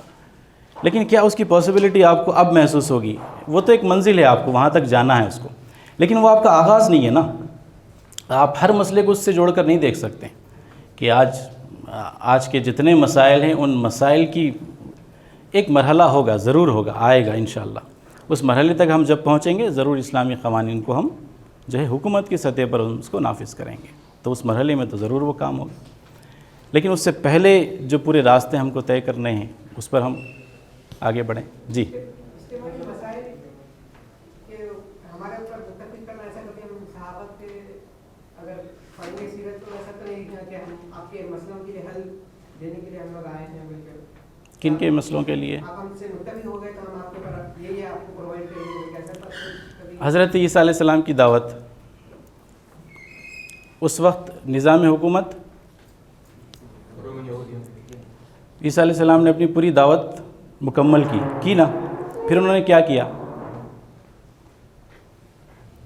حضرت عیسیٰ علیہ السلام کی دعوت جو تھی، حضرت عیسیٰ کی دعوت ہو، حضرت موسیٰ کی دعوت ہو، انہوں نے تو کسی نظام کو نہیں بنایا نا. بنایا حضرت عیسیٰ علیہ السلام کی دور میں جو رومن امپائر تھا وہ تو باقی تھا، وہ تو ایز اٹ از باقی رہا. حضرت عیسیٰ نے اپنی دعوت کو شروع کیا، وہ اپنی دعوت کے اختتام تک پہنچے. تو انہوں نے اس کے لیے یعنی دعوت کا جو فریضہ تھا وہ تو انہوں نے انجام دیا. اس موقع پر جو مسائل تھے لوگوں کے، ان مسائل کو بھی انہوں نے حل کیا تھا. اس وقت کا سب سے بڑا مسئلہ یہ تھا کہ لوگ طب کے میدان میں بہت آگے بڑھ رہے تھے. یونانی دواؤں پر تحقیق ہو رہی تھی، اور جو یونانی دواؤں کو ایجاد کرنے والے لوگ تھے ان کو لوگ خدا کا درجہ دے رہے تھے، ان کو ایک عام انسان سے بڑا انسان سمجھ رہے تھے. ڈاکٹر سے جو بیماریوں کی دوائیں نہیں تھیں وہ بیماریوں کی دوائیں لوگ ایجاد کر رہے تھے. تو لوگ جو دوائیں ایجاد کر رہا اس کو بڑا آدمی سمجھ رہے ہیں، اس کو سپریم پاور سمجھ رہے ہیں، اس کو ہم سے ہٹ کر ایک مقام اس کو دیا جا رہا تھا. ایک بڑا مسئلہ تھا اس سماج کا. حضرت عیسیٰ علیہ السلام نے ان کو بتایا، کوڑ کے مرض کو آپ نے ٹھیک کیا اپنے معجزے کے ذریعے. اللہ تعالیٰ نے وہ معجزہ بھی خصوصیت سے ان کو عطا کیا کہ اس معاشرے کا یہ سب سے بڑا مسئلہ ہے اور اس کا علاج یہ ہے کہ نبی اپنی دعوت سے اس کا علاج دے. اس مسئلے کو انہوں نے حل کیا کہ یہ جو علاج کرنے والے لوگ ہیں وہ سب جو دواؤں سے علاج کرنے والے لوگ حیرت زدہ ہو گئے کہ ان تمام کا علاج تو حضرت موسیٰ نے اپنے معجزے سے کر دیا. تو یہ جو تمہارے درمیان میں لوگ ہیں یہ عام لوگ ہیں، خاص لوگ نہیں ہیں، تمہاری ہی طرح کے لوگ ہیں. تو ایک بڑا جو فینومینا بن رہا تھا اس کو نبی نے اپنی حکمت سے اس کا سلیوشن لوگوں کے سامنے رکھا کہ یہ نہیں ہو سکتا. اس سے جو بڑا سپریم پاور ہے وہ ہے جس نے مجھے یہ معجزہ عطا کیا ہے. یہ ڈاکٹر بڑا نہیں ہو سکتا، اس نے دوا سے علاج کیا، دیکھو میں بغیر دوا کے اس کا علاج کرتا ہوں اور کیا کر رہا ہوں، قم باذن اللہ، اللہ کے حکم سے اڑ جا. تو اس کا اصل جو حقیقی ہے، منبع ہے، وہ تو اللہ کی ذات ہے. لوگوں کو یہاں سے ہٹا کر ان کو وہاں پر انہوں نے کنیکٹ کرنے کا کام کیا. تو ایک چیز کے ارد گرد وہ جمع ہو رہے تھے، وہاں سے ان کو نکال کر اس کی طرف. حضرت موسیٰ علیہ السلام کی بھی آپ دعوت دیکھ لیں، انہوں نے بھی کوئی حکومت قائم نہیں کی، لیکن انہوں نے اپنے دعوت کا پورا فریضہ انجام دیا. دعوت کا کام وہ کرتے رہے. اور ان کے بھی دور کا سب سے بڑا مسئلہ تھا جادوگری. بڑے بڑے لوگ جادو سیکھنا اپنے لیے ضروری سمجھ رہے تھے اور جادو سیکھنے کی ایک جستجو لوگوں کے اندر تھی. جادوگر اس معاشرے کے طاقتور لوگ سمجھے جاتے تھے. حضرت موسیٰ نے اس کا علاج کیا کہ دیکھو یہ جادوگری یہ کوئی لوگوں کو سپریم بنانے والی چیز نہیں ہے. اصل جو پاور ہے وہ کس کے پاس ہے؟ اللہ کے پاس ہے. جو یہ نہیں کر سکتے وہ اللہ کا معجزہ کر سکتا ہے. تو اس طلسم کو بھی انہوں نے توڑ دیا. تو جو انبیاء آئے تھے انہوں نے اپنے دعوت کے معاملے میں تو کام کیا, یعنی اس کو کسی نظام سے جوڑ کر انہوں نے نہیں دیکھا. نظام تو آئے گا جائے گا لیکن دعوت تو پرماننٹ وہ دی جاتی رہنی چاہیے, چاہے عیسیٰ علیہ السلام ہو چاہے موسیٰ علیہ السلام ہو. انہوں نے دعوت کا فریضہ اسی سماج کے اندر رہتے ہوئے لوگوں کے سامنے پیش کرتے رہے. اور ان کی جو لینگویج تھی, اے میری قوم کے انہوں نے اپنے آپ کو آئسولیٹ کر کے ان کو دعوت نہیں دی. میں الگ ہوں تم الگ ہو. انہوں نے کہا کہ اے میری قوم کے لوگو, یعنی تم میری ہی قوم کے لوگ ہو, یعنی آدم اور حوا کی اولاد ہو. تم میں اور مجھ میں فرق یہ ہے کہ میں خدا کو پہچانتا ہوں, تم خدا کو نہیں پہچانتے ہو. تم میرے ہی بھائی ہو, تم ہمارے ہی درمیان سے ہو. تو اس ہمدردی کے ساتھ, اس محبت کے ساتھ انہوں نے لوگوں کو بلانے کا کام کیا. تو یہ تو ایک پرماننٹ ہوگا کہ ہم مستقل طور پر یہ دعوت کا فریضہ لوگوں کے درمیان میں انجام دیتے رہیں. جی ایک سوال جی. ابھی سب سے بڑا پرابلم جو ہے جس سے سوسائٹی کا کولیپس ہو رہا ہے, کلائمیٹ چینج ہو رہا, وہ نظام ہے جو کیپٹلسٹ اور مٹیریلسٹک سسٹم چل رہا.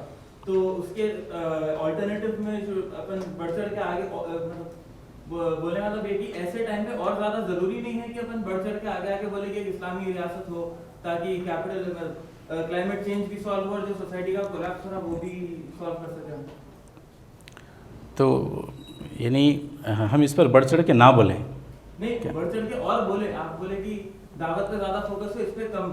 تو میں یہ بولوں کہ کیونکہ نیڈ آف دی آور ہے, ایگزسٹینشیل تھریٹ ہے ہیومینٹی کو, سوسائٹی کا کولیپس ہو رہا ہے. نہیں اس کو یہ ایک ہم سمجھیں.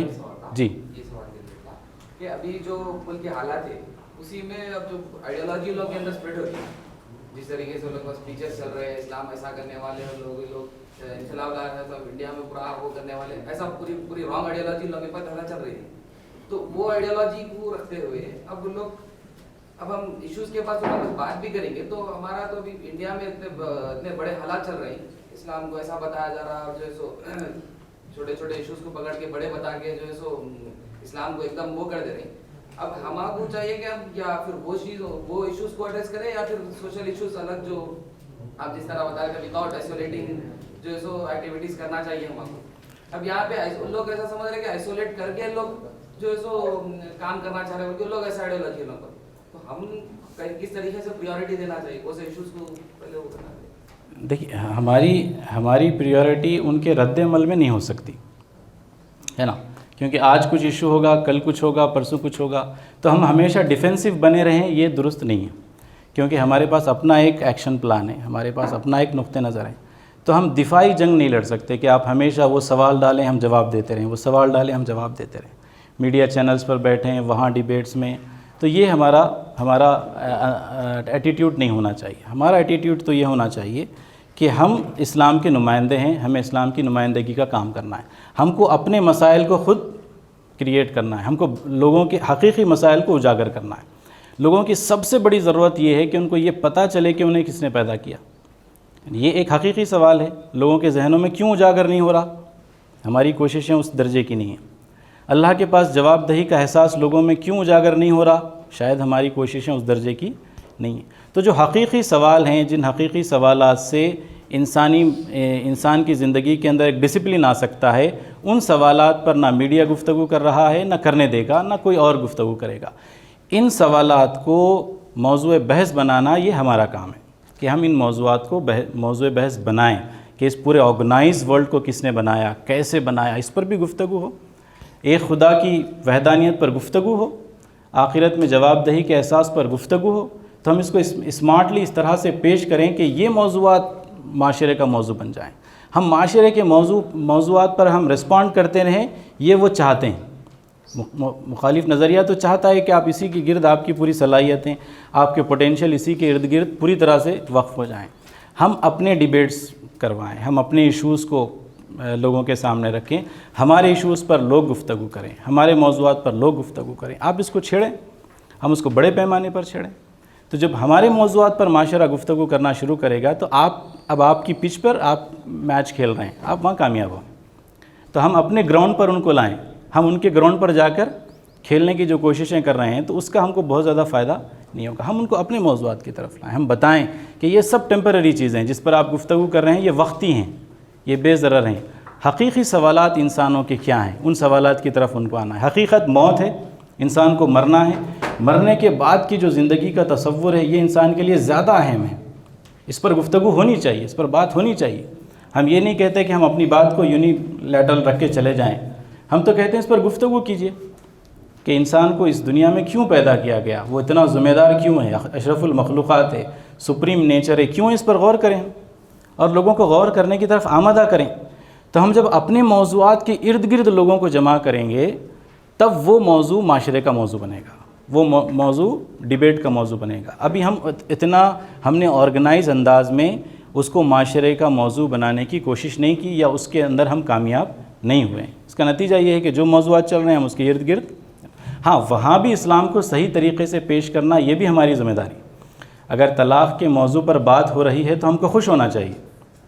ہم کو خوش اس لیے ہونا چاہیے کہ بہرحال اسلام پر تو گفتگو ہو رہی ہے. اب آپ اپنا صحیح نقطہ نظر تو رکھ سکتے ہیں وہاں پر کہ اسلام نظام رحمت ہے، تو طلاق کا نظام رحمت ہے عورت کے لیے. ہم اس کو ثابت کریں، دلائل کے ساتھ لوگوں کے سامنے پیش کریں. ہم اس کے اندر کامیاب نہیں ہو پائیں تو ٹھیک ہے، جو موضوعات کو بھی وہ چھیڑ رہے ہیں ان موضوعات کو بھی اپنے حق میں پلٹانا، وہ ٹیلنٹ بھی ہم کو اپنے اندر پیدا کرنے کی ضرورت ہے. تو پہلا کام تو حقیقی موضوعات کو معاشرے کا موضوع بنانا، یا جن موضوعات پر بھی بات ہو رہی ہے ان موضوعات کو بھی اسلام کی طرف موڑنا، اسلام کے صحیح نقطہ نظر سے اس کو واقف کروانا. یہاں بھی ہمارا ایک بڑا ریپرزنٹیشن ہو سکتا ہے، ہمارا بڑا کام ہو سکتا ہے. جی پلورلزم کے فائدوں پہ تو بات ہو گئی، لیکن نقصانات کے بھی جیسا کس کے؟ پلورلزم. جی ہمارے سوسائٹی میں دیکھنے میں نقصانات یہ ہے کہ میجورٹی نان مسلم رہنے کی وجہ سے ان کے کلچرز اور بلیفس بھی ہم انڈوکٹرینیٹ کرتے ہیں. جیسا خطبہ دیتے ہیں تو اسٹک پکڑتے ہیں ہم لوگ، سادھواں بھی جو ہے ہاتھ میں کو دیکھا ہوں، جی جی اور ناخنا کاٹنے سے اخلاصیت پھیلتی، یہ سب جو ہمارے بلیف ہے. اور کمزور ایمان کے جو مسلمان ہیں 100% ہندو کی چیزیں فالو کرتے ہیں، ہم دیکھے رہے ہیں. بالکل ہوگا، بالکل ہوگا. وہ ایک ریالٹی ہے. یہاں جو معاشرہ تھا جس نے اسلام کو ایکسیپٹ کیا وہ مشرکانہ معاشرہ تھا. اس نے اسلام کو قبول کیا، وہ اسلام کی طرف آئے. اگر ان کی مکمل تربیت ہو چکی ہوتی تو ان کے اندر وہ جو پورے نقطہ نظر، طرز زندگی کے جو نقصانات ہیں وہ نکل گئے ہوتے. اگر وہ آج بھی باقی ہیں تو اس کا مطلب یہ ہے کہ ہم نے ان کو مکمل طرح سے اسلام ان تک نہیں پہنچایا. اس کے اندر ہم سے کمزوری ہوئی ہے، اس کی اصلاح ہونی چاہیے. یعنی یہاں جو بھی معاشرہ اسلام کے اندر آیا ہے بہرحال وہ تو مشرک تھے، وہ وہاں سے سفر کر کر اسلام تک آئے. اگر ان کی مکمل تربیت ہو چکی ہوتی تو یہ سب ان کے اندر برائیاں خرابیاں نہیں ہوتی. کیونکہ ان کی مکمل تربیت نہیں ہو پائی ہے، اس کے اندر کمیاں کمزوریاں رہی ہیں، اور ان کمیوں کمزوریوں کا نتیجہ ہے کہ وہ رواج کی طریقے سے ہمارے اس میں مقام پا چکے ہیں، اور ہم اس کو اسی اسلامی شعار سمجھتے ہیں، اس کا وہی درجہ دیتے ہیں. تو اس کی ضرورت یہ ہوگی کہ ہم مکمل اسلام لوگوں کے سامنے انجیکٹ کریں، ان کو ان کے سامنے پیش کریں. وہی جو میں نے کہا کہ دعوت کا جو چوتھا محاذ ہے وہ یہ کہ اسلام کو ایک دعوتی گروہ، مسلمانوں کو ایک دعوتی گروہ بنانا، یہ ہماری بڑی ضرورت ہے. تو اس میں ہم ان کے اندر جو غیر اسلامی چیزیں رواج پا چکی ہیں اس کا بھی علاج ہوگا، اور پھر اس مشترکہ معاشرے کے اندر کیسے ہم اپنے برادران وطن کے ساتھ ہمدردی کے ساتھ اسلام کو پیش کر سکتے ہیں، اس کے لیے بھی ہم ان کو آمادہ اور تیار کر سکتے ہیں، ان کے رویے کی بھی ہم تشکیل کر سکتے ہیں. یہ دونوں چیزیں ہونی چاہیے. ٹھیک ٹھیک سوال جی. تو یہ آپ لاسٹ بول دیں. آپ دو سوالات ہیں میرے. ایک تو یہ کہ ہندوستان میں مسلمانوں میں ایک بہت بڑا طبقہ ہے جو ہندوستان کو دارالحرب سمجھتا ہے، تو وہ غلط فہمی کیسے دور کی جائے؟ اور دوسرا دعوتی نقطہ نظر سے ہے کہ ہم جب دعوت کے لیے نکلتے ہیں تو لوگ جو ہے غزوہ ہند کی جو ٹرمینالوجی RSS جو بہت زیادہ یوز کرتی ہے، تو اس کی کیا حقیقت ہے اور اس کو کیسے ٹیکل؟ ابھی آپ نے جو دارالاسلام کی جو کنڈیشنز ڈالے تو وہ راشدین خلافت کے بعد وہ اپلائی نہیں کرتے جی. تو مطلب وہ دارالاسلام ہے ہی نہیں، اس حساب سے کبھی تھا ہی نہیں 1400 سال. نہیں، آپ اس کو اس طرح سے سمجھیں کہ جس وقت وہ ٹرمینالوجیز اختیار کی جا رہی تھی اس وقت کیا معاشرہ تھا، اس وقت دنیا کیسی تھی، اس وقت بادشاہ کا مذہب عوام کا مذہب تھا، ہے نا. اس وقت نجاشی کا جو مذہب ہے، اس حکومت میں جتنے لوگ ہیں ان کا وہی مذہب ہو سکتا تھا، کوئی اور اختیار ہی نہیں کر سکتا نا. تو اس وقت ایک بادشاہت تھی. تو اس وقت کا جو نظام تھا، اس نظام کو ہم پہلے اس پر غور کریں کہ اس نظام کو سامنے رکھ کر فقہا نے اپنی بات کہی ہے کہ آپ کسی ایسے ملک میں چلے جائیں گے کہ جہاں کے جو بادشاہ ہے اس کا جو مذہب ہوگا اس کی رعایا مجبور ہوگی اس مذہب کا احترام کرنے کی، اس کی پابندی کرنے کی، تو وہ وہاں آپ زندگی نہیں گزار سکتے ہیں. وہاں اسلام کی دعوت کا کام آپ نہیں کر سکتے ہیں. کریں گے تو بادشاہ کی ول کے خلاف آپ کا کام ہوگا، تو آپ کو فوراً یا تو قتل کر دیا جائے گا یا تو نکال دیا جائے گا. تو اس وقت کے حالات تھے، اس کو سامنے رکھ کر فقہا نے اپنی رائے دی تھی کہ دارالاسلام کیا ہو سکتا ہے، اس کے کیا اپلیکیشنز ہو سکتے ہیں، دارالکفر کیا ہوگا، دارالعہد کیا ہوگا. تو یہ الگ الگ جو ہے ٹرمینالوجیز، لیکن اب کانٹیکسٹ پوری طرح سے تبدیل ہو چکا ہے. اور یہ اصطلاحیں آج امت کے درمیان میں بھی، ہمارا بڑا مسئلہ یہ ہے کہ ہم آج کی ہماری جو فقہی رائے ہے اس کو بھی نہیں پڑھتے. تو آج ہمارے جو ماڈرن فقہا ہے انہوں نے ان ٹرمینالوجیز کو استعمال نہیں کیا ہے. جو لوگ وکالت کرتے ہیں وہ قدیم کتابوں سے کرتے ہیں، آج تو اس کی کوئی وکالت نہیں کرتا. یعنی کوئی آپ ایک بھی ایسا ریکگنائز جو ہے ہمارے درمیان میں جماعت یا وہ بولیں جو اس کی وکالت کرتا ہے، نہیں کرتے. تو کانٹیکسٹ پوری طرح سے چینج ہو چکا، تو اس کا اپلیکیشن بھی پوری طرح سے، تو اس پر کسی گفتگو کی ضرورت نہیں. جب آپ کو وہ کانٹیکسٹ ہی باقی نہیں رہا تو وہ چیزیں ریلیونٹ بھی باقی نہیں رہی. آپ کو آج کے کانٹیکسٹ میں بات کرنی چاہیے. ہاں ٹھیک ہے، آپ نئی اصطلاحیں لائیے، ہو سکتا ہے آپ نئی اصطلاحیں لائیں، نئی اصطلاحیں ہو سکتی ہیں، وہ فقی نقطہ نظر ایک سامنے ہو سکتا ہے. ایک فقی اصطلاح کا میں نے تذکرہ کیا، اس کو پڑھیے آپ، دارالدعویٰ. کہ دارالدعویٰ بھی ایک فقی اصطلاح ہے جو آج کے دور کے لیے کیا ہو سکتی ہے اس ملک کے اندر، کہ ہمیں اس ملک کے اندر یہ دارالدعویٰ ہے، دعویٰ کا مرکز ہے، کیونکہ ہمارے ارد گرد ایک بہت بڑی آبادی اسلام سے ناواقف ہے. تو ہمارا فریضہ تو ہے اس کو اسلام سے واقف کروائیں.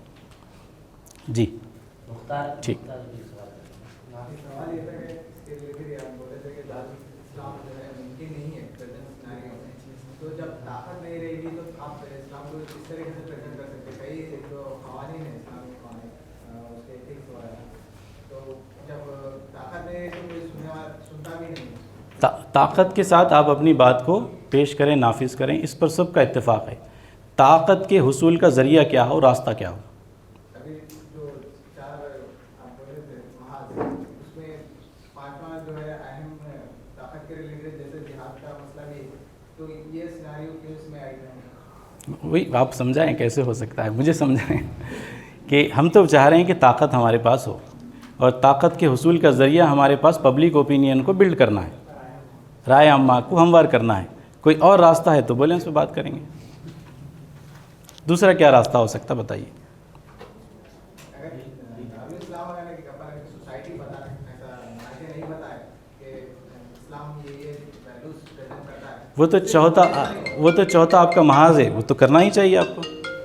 یعنی آپ اپنی سوسائٹی میں اسلام پر جتنا زیادہ آپ عمل کر سکتے کریں، کروائیں. عمل نہیں ہوتا تو اس کے لیے کئی ایگزامپل ہے، جیسے شراب عام ہے، اس طرح کے رولس ریگولیشن، تو اس کو جو ہے بدو طاقت ہی اس کو نکالا جاتا ہے جب تک نہیں نکالا. ہاں وہ تو بات درست ہے کہ اگر 100 چیزیں ہوں گی تو آپ 60 70 80 پر تو کام کر سکتے ہیں.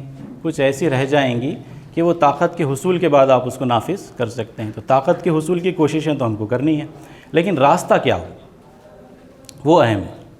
ہم تو چاہتے ہیں ہم کو طاقت ملے اور طاقت کے ذریعے ہم لوگوں کے مسائل کو حل کریں، ہم چاہتے ہیں، لیکن اس کا راستہ کیا ہو سکتا ہے اس ماڈرن ڈیموکریسی میں، پلورل سوسائٹی میں، اس عالمی برادری کے جو رولس اور ریگولیشنس اس کے درمیان میں راستہ کیا ہو سکتا ہے. تو جو راستہ سجیسٹ کیا گیا ہے وہ یہ ہے کہ ہم پبلک اوپینین کو ہموار کریں، ہم لوگوں کو بتائیں، لوگوں کو سمجھائیں، اسلام سے واقف کروائیں. جو آپ کہہ رہے ہیں کہ یہ شراب بند ہونی چاہیے، طاقت کے ذریعے ہونی چاہیے، یہ بھی لوگ مانیں نا. آپ کے ماننے سے تو کچھ نہیں ہوگا، میرے ماننے سے تو کچھ نہیں ہوگا. کنونس تو کرنا ہوگا نا لوگوں کو، کنونس کرنے کے بعد ہی ہوگا نا یہ. تو آپ کنونس کیسے کریں گے؟ اس کا تو کوئی اور راستہ نہیں ہو سکتا. لوگوں کو کنونس کیا جائے، لوگ کنونس ہوں گے، ان کا اوپینین بنے گا، پھر اس کے بعد پھر ایک نظام وجود میں آئے گا، پھر آپ وہاں فیصلے کریں طاقت کے ذریعے اس کو نافذ کریں۔ تو پبلک اوپینین کو، رائے عامہ کو ہموار کرنا، اور رائے عامہ کو جب آپ ہموار کریں گے، ایک بڑی اکثریت آپ کی رائے سے اتفاق کرے گی، تو آپ قانون سازی کیجئے، بتائیے، بنائیے اس کو، کوئی مسئلہ نہیں جی۔ تو رائے عامہ کو ہموار کرنا یہ طریقہ کار اس سوسائٹی میں ہو سکتا ہے۔ اس کے علاوہ بھی کچھ ہو سکتا ہے تو گفتگو ہونی چاہیے، اس پر بات کریں، ہم سوچیں اور کیا ہو سکتا ہے جی۔ میں سمجھتا ہوں جی بہت ساری چیزیں آ چکی ہیں، اس پر ہم مزید پڑھیں، اور خصوصیت سے آپ اس کو پڑھیں کہ تحریک اسلامی نے جو 70 سال کا سفر اس ملک کے اندر کیا ہے، اس کو ہم پڑھیں، سمجھیں کہ جو طریقہ کار اور چیزوں کو ہم نے اختیار کیا ہے اس کے پیچھے ایک بیک گراؤنڈ ہے نا، اس پر غور کریں، اس کو پڑھیں، سمجھیں، تو بہت ساری چیزیں ہمارے سامنے آ سکتی ہیں۔ جزاک اللہ خیر، اجازت۔